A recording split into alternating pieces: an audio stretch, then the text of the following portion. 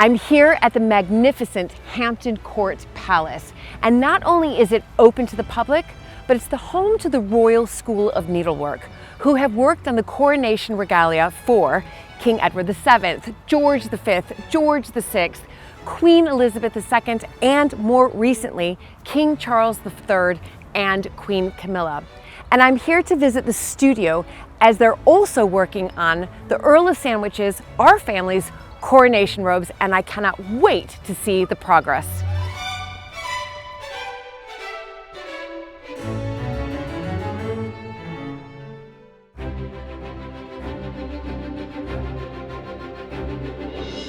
When I married into the British aristocracy, it was the start of a wonderfully exciting journey.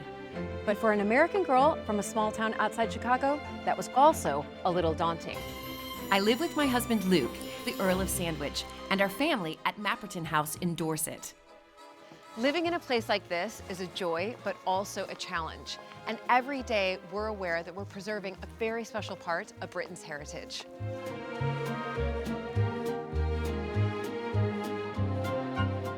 Mapperton has opened up an extraordinary new world for me, and I can't wait to share it with you all.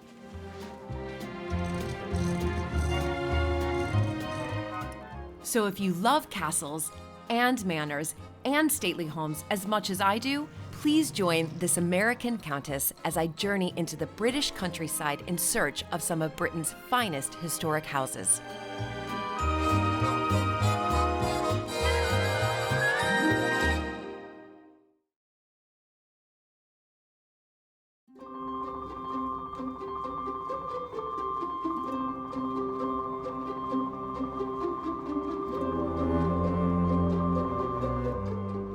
The coronation robes, last worn by the Earl of Sandwich to the coronation of Queen Elizabeth II in 1953, had been somewhat lost until we recently discovered them in an old wooden chest at Mapperton.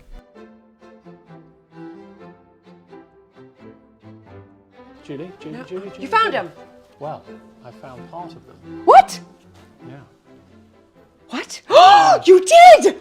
You did! She gets very overexcited. Oh my gosh! No, so that is. We're not. No, because I haven't, I didn't know that this was. Look how fragile this is. So this is the waistcoat that would be worn under the robes. Oh my gosh, you guys, so excited. Okay, so you're holding on to that. Yeah. By the way, do you think that this can be repaired? Well, it has to be. everything can be repaired. Okay, well. But it's so fragile that we need to be very, very careful. I'm gonna put it here, Luke. So we've got two more chests. Oh my gosh. We've got that one and we've got this one. Gosh. This is the coronet. How amazing. Oh my gosh, the robe. Oh my gosh. Should Oh my I gosh. tell you what, let's lay it out. Did we find? This Let's is lay it out. crazy. Lay it out. Okay. There it is. Whoa. Look at that. Hold on. That is quite something, isn't it? Now this is in rather better condition Than the other one. than the waistcoat, Well, you say that. I think. And there's some bits there, but. It feels like it to me. So you've got the inside, the silk lining. It's got a pocket. Gosh, it would be fun to find something in the pocket. The pocket has disintegrated on that side and on this side. And then looking around this way, you've got the velvet and the ermine. It's incredibly heavy, and you can imagine wearing this for hours on end as an elderly peer of the realm. First of all, you'd be incredibly hot and it would be weighing you down. And secondly, incredibly difficult to walk because you've got this long train coming after you. I don't know how they managed. I'm just in awe right now. Although the color of the velvet was still vibrant, it was clear that we needed to conserve the robes to safeguard them for the future. They're really, really fragile, and they need some massive repair. So you can see the silk here needs repair, and this is the waistcoat. What an absolutely wonderful response to our fundraising efforts and the huge generosity of the Royal School of Needlework. The robes are being restored at Hampton Court Palace.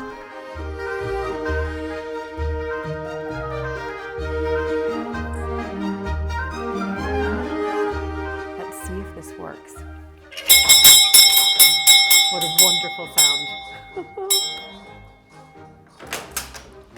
Hello. How are you? Hi. Good. How are you? So nice to see you, Gemma. Great to see you too. I can't wait to see the robes. Come on in, let's have a look. So excited.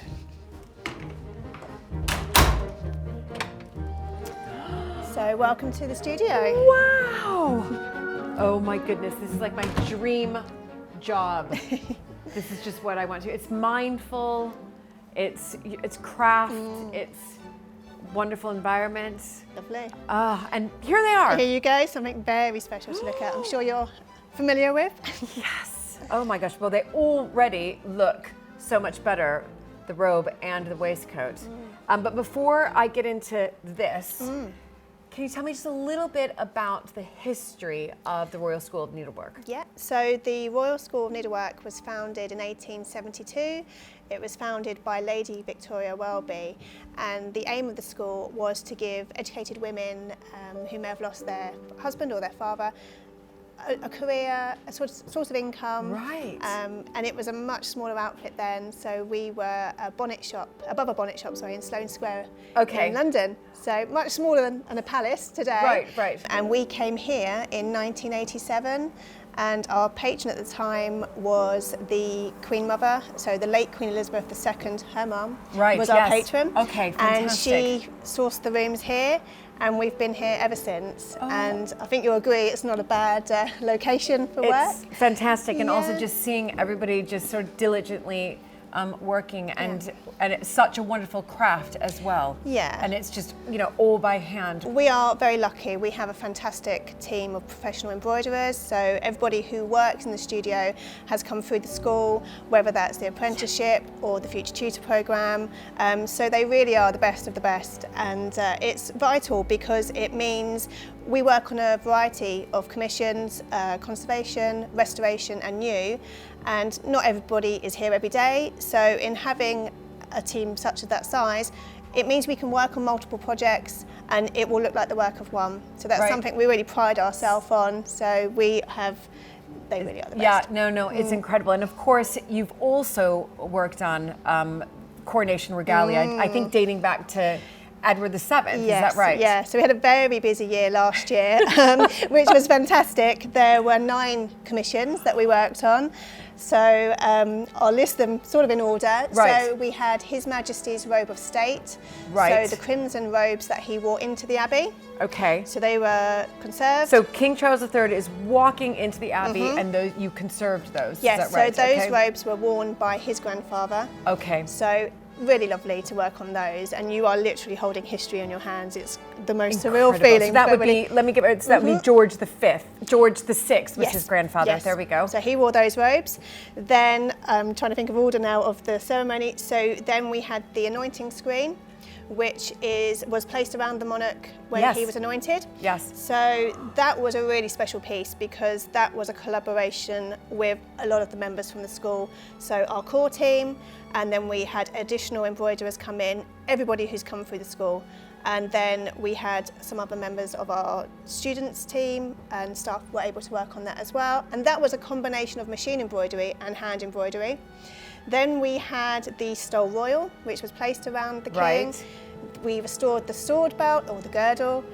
Then we had 4 throne chairs, so the 2 chairs of state, 2 chairs of estate, and then the really special piece was Her Majesty Queen Camilla's robe of estate, which we designed and created here in our studios at Hampton Court. And that was the purple one, is that right? That was the purple with the goldwork embroidery. Incredible. So Yeah. can you just remind me the difference between the robe of state and the robe of estate? What's the difference? I'm not a historian, but from our understanding, it was the colour. So that's how we distinguish. Okay. Red is in, purple is out. Gotcha. But then when you do the throne chairs, it goes the other way around. So the chairs of estate had the ciphers on there, and then the chairs of state had the coat of arms. Wow. I'm hoping that's right. So it's a lot to remember, and you're learning as you're doing it as well. And we were really lucky because nothing can be done before the monarch passes, and we never expect or assume. Right. But it was an absolute privilege and a wonderful way to showcase what we can do here as a team. And everything was worked on here at Hampton Court, not necessarily in this room, Right. but it was worked on here. I mean, it was just Brilliant. absolutely beautiful and just exquisite Yeah. to, of course, watch the coronation. But now that I'm going Yeah. to go back and rewatch it now. Oh, it was now that I know that amazing. you've done sort of 9 pieces for that, Yeah. I'm going to look much closer. I think there was one point in the ceremony where all of our pieces were on display and it was wow. I mean, what a better showcase to the world of what we here at the Royal School of Needlework can do. Yeah. And did you have some type of celebration sort of once it was sort of handed over? Yeah, so Anne and I, our head of studio, Yeah. were in the Abbey the week leading up to, so we were able to sort of oversee that everything was handled as it should be.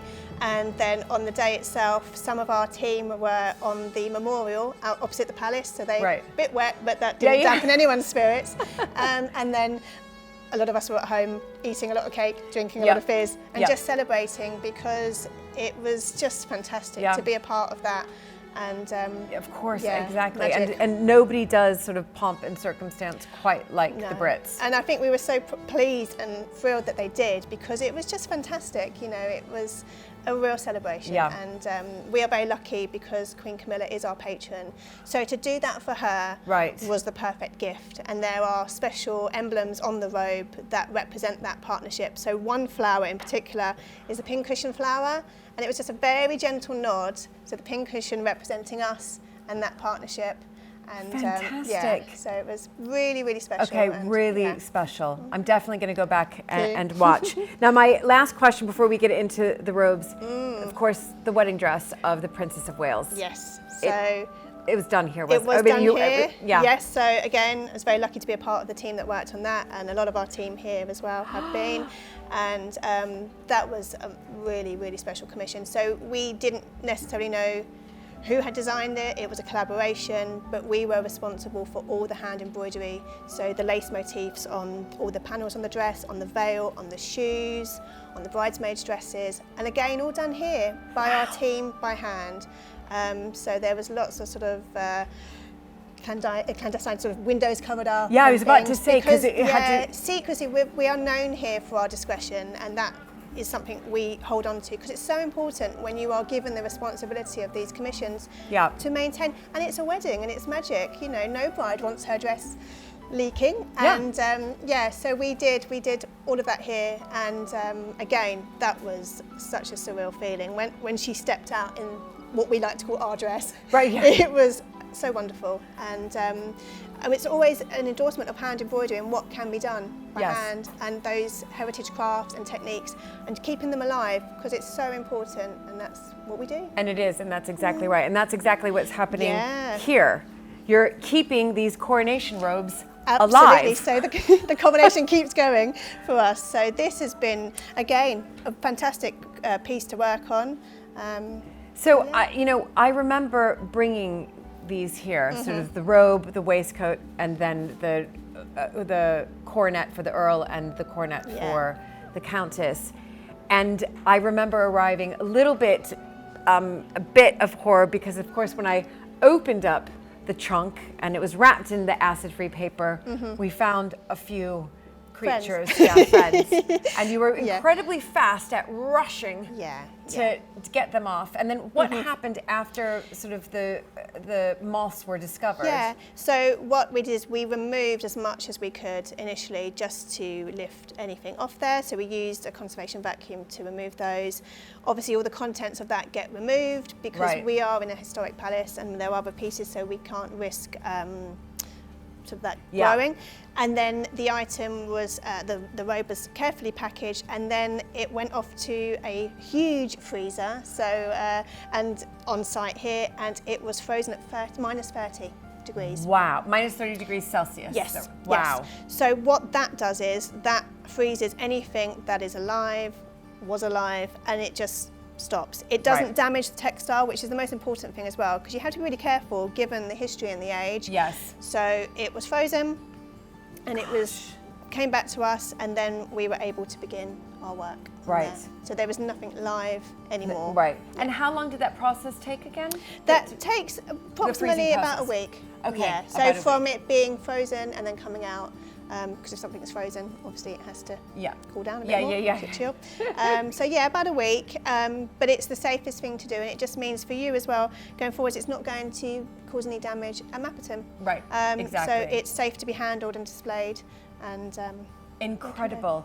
So where we are today and what you've done so far, I mean, look, the robes already look completely different from when I dropped them off. Well, it's the vibrancy of that velvet, that red already, isn't it? It's kind of screaming out. It's and it's actually, the velvet is in a really good condition, and sort of things that have deteriorated are things that you would expect with normal sort of garments. So areas around the neckline, pockets, because they would have been functional. Right, so exactly. I it's don't not even know if I'd unusual. even noticed the pockets before. We were intrigued to know what might have been in there in a coronation robe. Yes, nothing.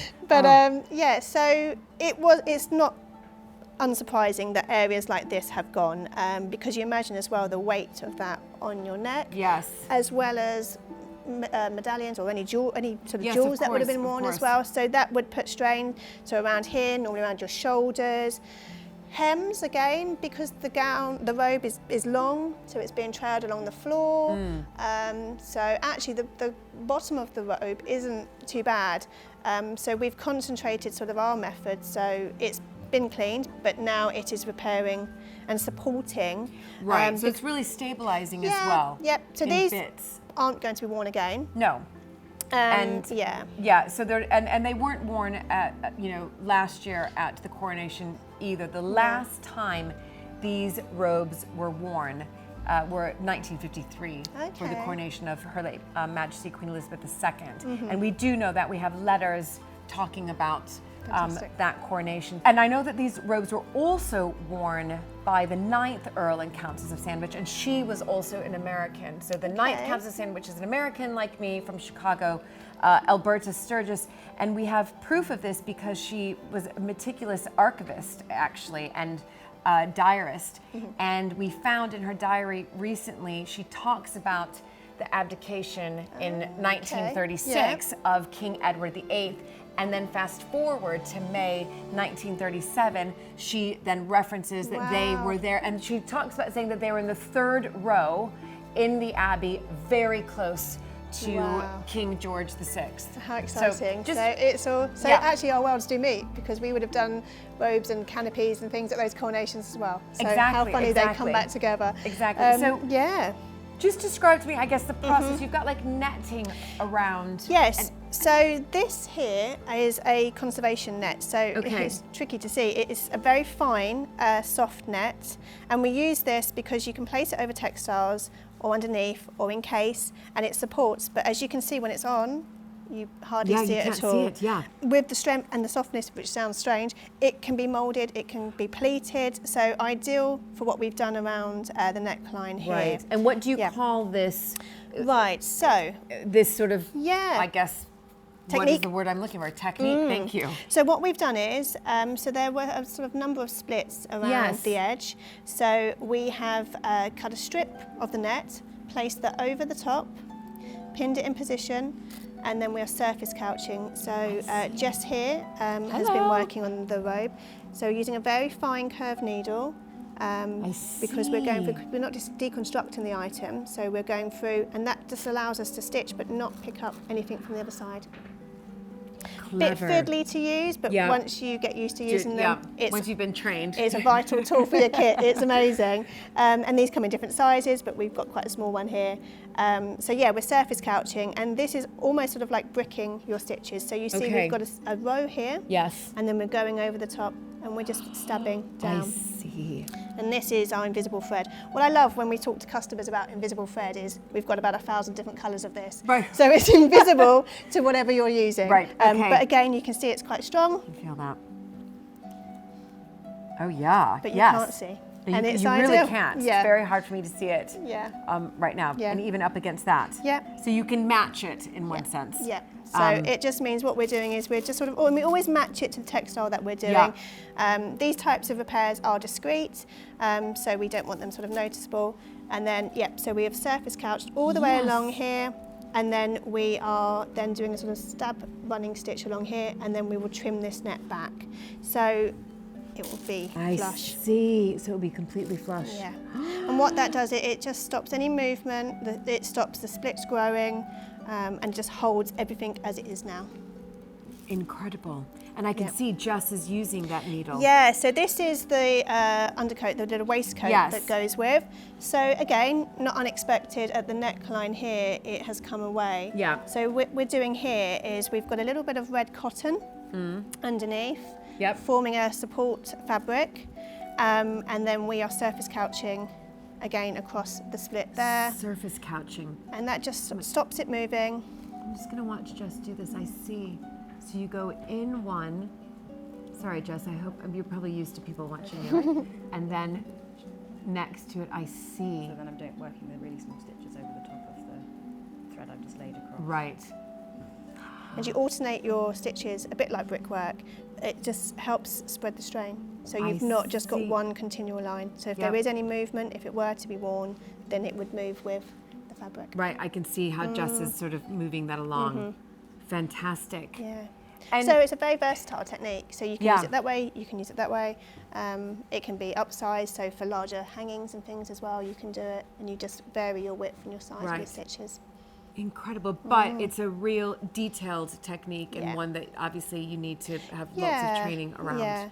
And we're very careful because obviously it, as I say, it's not been deconstructed, so we are very mindful of how we're handling it. So with the trim, it has been hoovered, but there is still some sort of fluff that can come off. Yes, so you'll see here we have encased as much as we can with the acid-free tissue, and that just prevents a lot of fluff. Yeah, it will have another clean before it comes back to you. Right. But you can see already, just with a little bit of handling, we get a bit of fluff. Yeah, so it's just sort of keeping that all protecting clean. that, And I can see here you've done the netting on this because this pocket is much so this one more has, fragile than that one. Yeah, so it depends. I mean, we assess every time we get a garment, you have to establish, is it going to be worn or is it not? So we know this isn't going to be worn, so we don't need to make the pockets functional. No. If it was to be reused, we would take a pattern from the original and then make a new matching fabric as close to. We're always mindful when we're putting things back, they need to be sympathetic to what's already there. Yes. So we would choose a colour that is like this. We wouldn't put a bright white or anything on. Right. It just wouldn't work. But these aren't being reused. So we have again used the net, and we have encased the whole pocket. And rather than surface couching, because it is so brittle, we're actually doing a very tiny running stitch inside each of the holes and the splits. And again, that just stops any movement. And that's done with the curved needle because we can't go through to the red velvet on the other side. Incredible. And so it looks like this one's, you've finished that one. So that one's finished, so this one's part way. So the next stage for this one, so the net's on, and then we will begin going round the holes here. And then just stabilising that. Yeah. The thing with silk like this as well, it's a bit like a puff pastry, so if you put a needle in that, it's just going to break. Right. So what we want to do is we want to hold on to what we've got. Yes, yes. Because it's history. It's a part history. of its makeup. So yeah. And speaking of pockets, I mean, you know, I'm sure that there were many hands that went into those pockets. They didn't have mobile phones back then, lucky them. But hands and probably handkerchiefs. I wonder if there was some binoculars if you were at the top of the of the stand. But exactly. it depends. Wonderful. Yeah. So this is obviously the robe and the waistcoat being worked on now. Yes. What else have you found with the robe and the waistcoat that in particular really needed some looking at and deciding where to go with it? Yeah, I think it was just supporting, really. Yeah. There weren't any sort of big surprises. I mean, the velvet is in a fantastic condition because it's not uncommon for robes sort of where the seams are. Yes. Quite often they split or there's tears, but there haven't been. So we have had the whole robe laid out. It's quite huge in size, which is amazing. Yes. But there haven't really been any sort of big surprises, which is great, but it makes supporting it and stabilising it just quite a nice process. Right, okay. Which is good. Yep. Fantastic. And so time-wise, because you're still working on it now. Yes. When are you expecting this project to be complete? Yes, there's not much longer left to do. So once the pocket's done and the supporting here, we have the coronets to give a surface clean to. Yes. And then it will have one final surface clean with the Right. conservation vacuum, and then it's yours. So not long. Okay. Couple of weeks or So so. great. Oh my gosh, couple Yes. of weeks. Yeah. Okay, last question then is once the conservation has been finished, Yes. and obviously these are not being worn again. Yeah. And I'm, probably if I were to ever display them again, it wouldn't be until the next coronation. Yeah. And that's an if, because Yeah. obviously I want to keep these, making sure that they can last for and preserve for future generations. As far as storing them, Yeah. what is your suggestion? So our suggestion is, we always say, big sort of archive boxes, which are clean, have not sort of anything in there, anything else that can contaminate. And then the robe will be wrapped in acid-free tissue. Great. And then it will be folded in such a way that there's not any heavy creases or any folds, because if things are left folded, that's quite often where you find sort of wear and tear. And then we say store it somewhere, possibly, dependent on space, that is a steady temperature. Right. So not extreme, so not really, really cold, despite the freeze treatment. Right, Not right, really, right, really cold. right. Or really warm, or moist, or Yes. damp conditions like that. But if you were to display it, which you could, because it's supported and Yes, strong yes. enough now, and you wanted to, you can display it on a mannequin. That'd be Yep. absolutely fine, but just away from direct sunlight. So any environmental factors that could damage. Exactly. But it is supported in a way that it can be enjoyed. So who knows? Fantastic. Next So time. yeah, I mean, of course, I think that these are now, these are really a part of history. Yeah. Yeah. And so important to make sure that they are preserved. So when that coronation comes again in future years, which hopefully there'll be, many more of them, Yeah. that these can then come out, they've been Yeah. stabilized, and people can view them. And it's lovely because you've got the documents as well. So it's that I kn- personal that's what's- attachment. Yeah. That is what's so wonderful. absolutely. We've got the invite, we've got the invitations as well Oh, wow. for both the 1937 and for the 1953. And just having They that. need to be enjoyed. So, yeah. They are remarkable, and it's just the grandeur of them and the size. I think you you don't sort of anticipate really what it's like until you get them out. Right, And they right. are quite theatrical. It's amazing. I mean, could you imagine an abbey full of hundreds of these robes? It must have been quite something. Yeah. So yeah. Brilliant. Special. Well, thank you so much, Gemma, and I look forward to coming back here in a couple of weeks and Perfect. taking them back to Mapperton. Lovely. Wonderful. Thank you.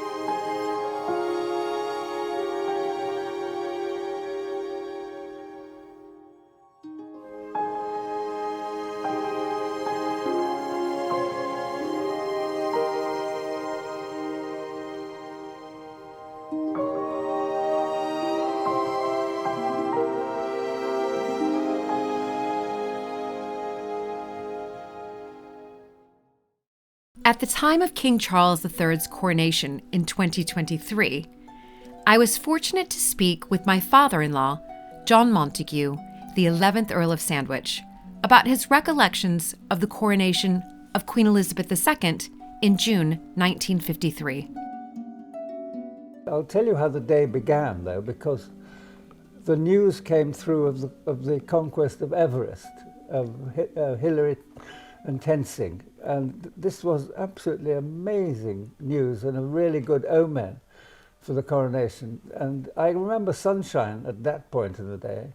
But what happened was that the rain came down after that, and people had been living on the pavement for more than a night and a half, I should think, some of them for 2 nights, queuing, but planting their position. Yes. And we were very lucky to have parliamentary access through a ramp with seats on it. So my sister Kate and my mother, I'm not sure who else was there, all sat in the rain watching all these terrible soaked newspapers being driven away by, well, there were people coming and, the horses started coming and they had to clean up the mess before the coach arrived and all that sort of thing. No, of course. So it's a rather confusing picture for you. But you were how old at that time? That's 1950. So I was 10 years old. 10 years old. Yes, June the 2nd. Tell me just a little bit about the excitement of the day, because, Queen Elizabeth she was the longest reigning monarch. She's loved by so many people around the world. And you were there on that day when she was pronounced, officially queen. What was the energy around that day? What can you remember? So, of course, I can remember the moments of Her Majesty going past in, literally seconds. But I can also remember the troops and all the different regiments that came out. That was the most impressive to a 10-year-old. I acquired a whole not life-size, model in cardboard of the procession. And I kept putting that up in my bedroom, I think, for a couple of years afterwards. So I really was very conscious of what was happening and involved from a distance. Yes. No, I mean, it's absolutely wonderful. You do remember the Queen coming by in the carriage? Oh, yes, of course. Yes? Yes. And what do you remember what you saw from her in the carriage? Was she waving? So I can, I can't tell you that detail. I just remember the glimpse of seeing. Right. But the horses left manure all the way down the street. So the most exciting thing for 10-year-olds was to seeing the way that they had to scrub up all the manure before something else came along. It was terribly funny. No, it's just wonderful just to hear your memories. And, something I didn't know that you were actually there in 1953 until recently. And that's why I wanted to have this conversation. One question that I know many people will be asking is the coronation of King Charles III. Were you invited? Because, of course, in 1953, all of the peers were invited to the coronation of Queen Elizabeth II, but things are different this year. So were you invited? So I think the monarchy has scaled down a bit, I'm pleased to say, from the 1953 experience. And King Charles is very aware of, through his charities, of the involvement of many different people in the idea of monarchy. I mean, that is principally the public, but I think non-governmental organizations, which I've worked with, I understand the whole feeling. They do like to be recognized themselves, and they will be present in large numbers in the Abbey, there's no doubt about that.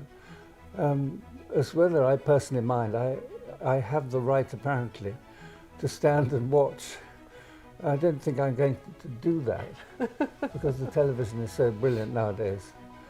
But you didn't get an official invite to... So no, what happened was there was a ballot for each party and each group in the House of Lords, and so many drew the ballot. So, I mean, I assume that I wasn't drawn, that's all. Right. Yes. No, but as you said, this is a new monarchy. Things are evolving, they're different, and rightfully so. I think it is right. And after all, the Houses of Parliament are only one manifestation, one institution.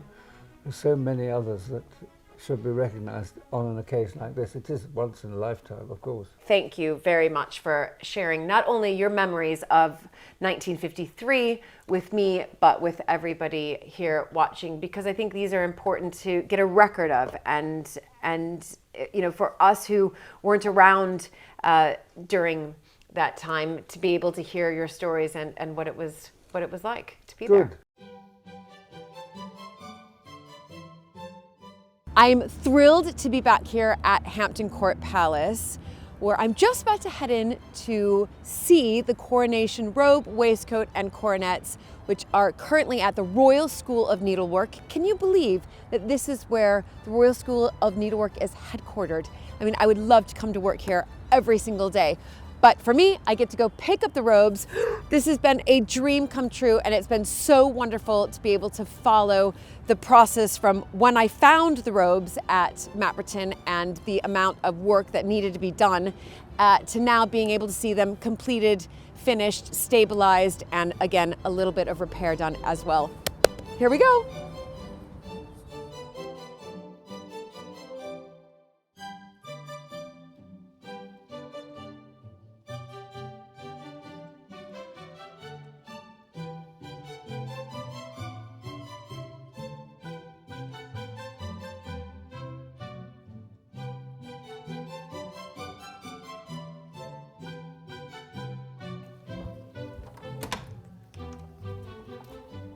Oh my goodness. Gemma! Oh my gosh! Here it I didn't think is. it was going to be set out like this. This is a dream to be able to walk into this. Hello. Oh, hello, it's lovely to see you again. How So are you? nice to see you. Yeah. Are you pleased?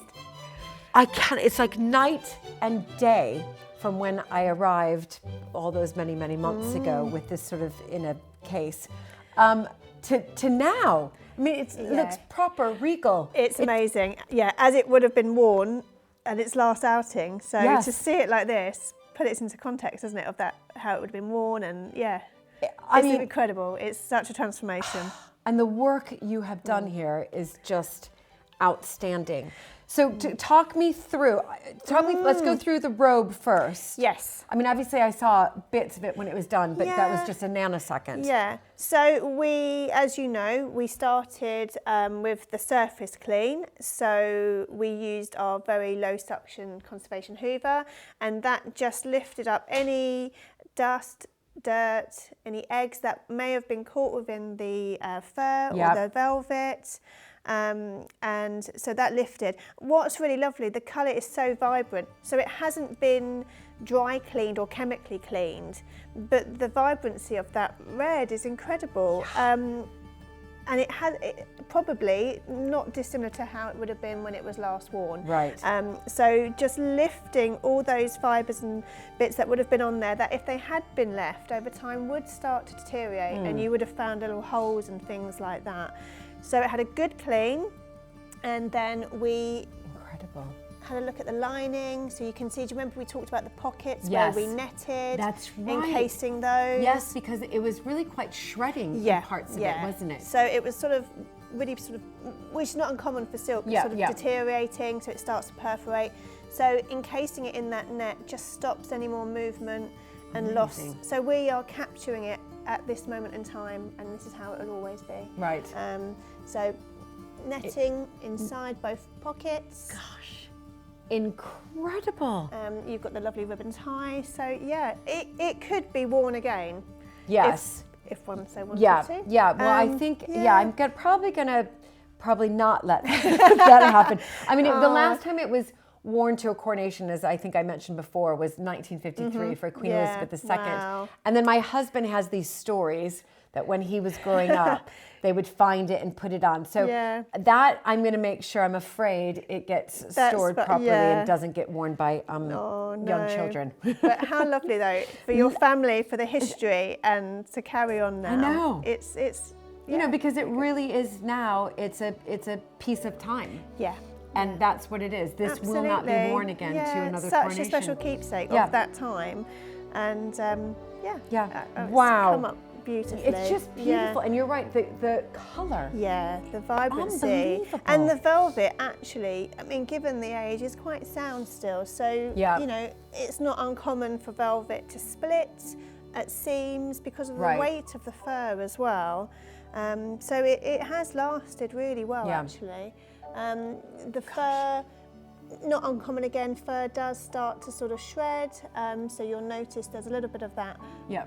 But that's just common. Yeah. And again, as you said, it's been stabilized. Absolutely. Which is great. Yeah. So it's in good condition to now be, you know, to be salvaged. Absolutely. And not deteriorate and anymore. That's it. And you've caught it at a really good time, so that it won't deteriorate anymore. So perfect. Yeah, really pleased. Great. And then, oh my gosh, over here. Oh yes. So we so once we'd sort of turned our attentions from the robe, we moved on to the coronets. Right. And these are so beautiful. So they again have had a surface clean, and you can pick them up and handle them. You know, you're not scared to hold them because they are stabilised and they look so much better. And again, the velvet is so vibrant. Yeah.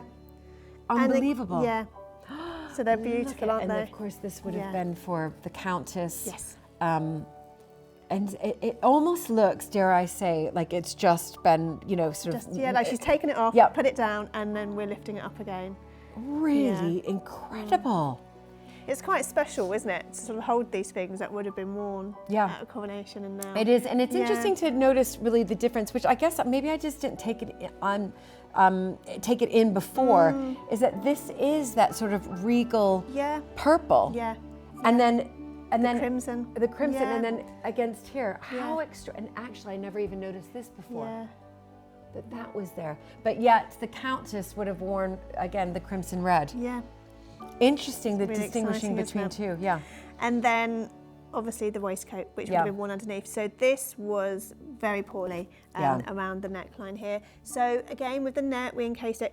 My favourite thing though is the label. Look, it's got Earl of Sandwich. So we've left it because Right, it is its history. So it is. yeah. It's so lovely. But I always like to think who put that there, you know, and it's that little maker's mark almost. Do you know what? When I look at how, I wonder if the Earl, if that's his signature. And the only reason I'm saying that now, because this looks very similar to, unless it was the person who made it, but you just wonder. Yeah. This looks very similar to the 9th Earl's signature. So when he Okay. would sign his letters Yeah. Sandwich, he would sign it Sandwich, and that does look similar to how he signed his okay. letters. So love it. perhaps Yeah. this, That's him.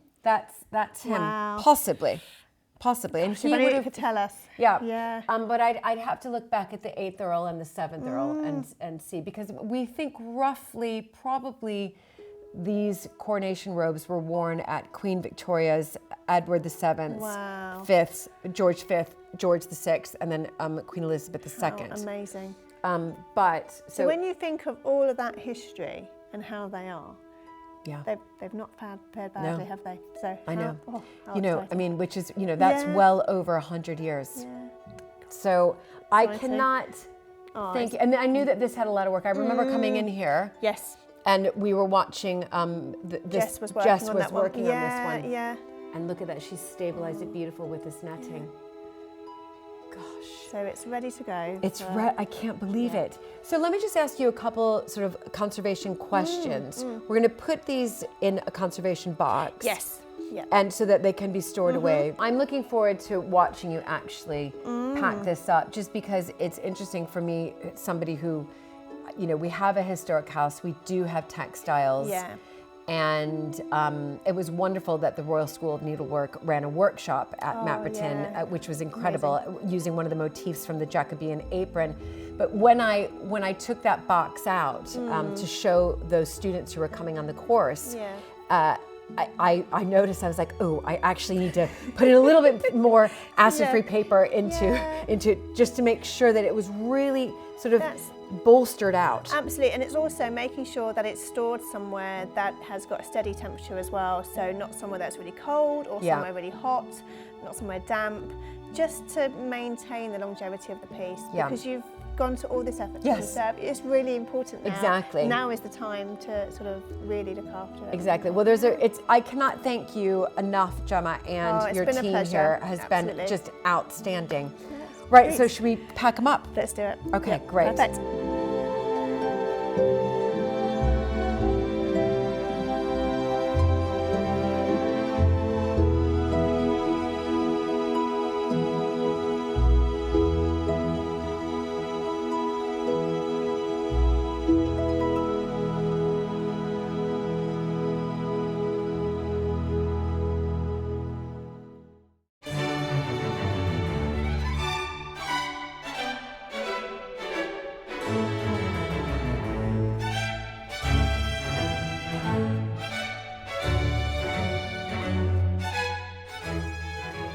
Here it is. Oh my gosh! Gemma and the entire team here, thank you all so much. This is a dream come true, and knowing that this is going to be preserved for future generations is just wonderful, absolutely wonderful. So I can't wait to get this back to Mapperton and show it off to the family.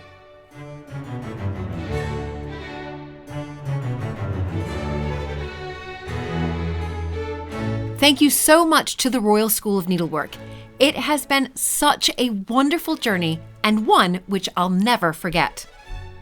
The Earl of Sandwich coronation robes are now safely back at Mapperton and preserved for future generations. And a huge thank you to everyone who donated. It's because of you that this was possible. The robe and the waistcoat. So what I'm going to do is put this back on. Da-da-da-da. 1 second, 1 second. 1 second. Hold on. And I'm going to place this so that whoever comes in here in 100 years from now, and maybe some of you, if you're going to visit, and if I can convince Luke that this is, actually I'll do it that way, so that's going to go that way, that you will know that in here is a coronation robe. And I'm about to put the label on the waistcoat, but I need to make it a bit bigger. Now, so that's all that.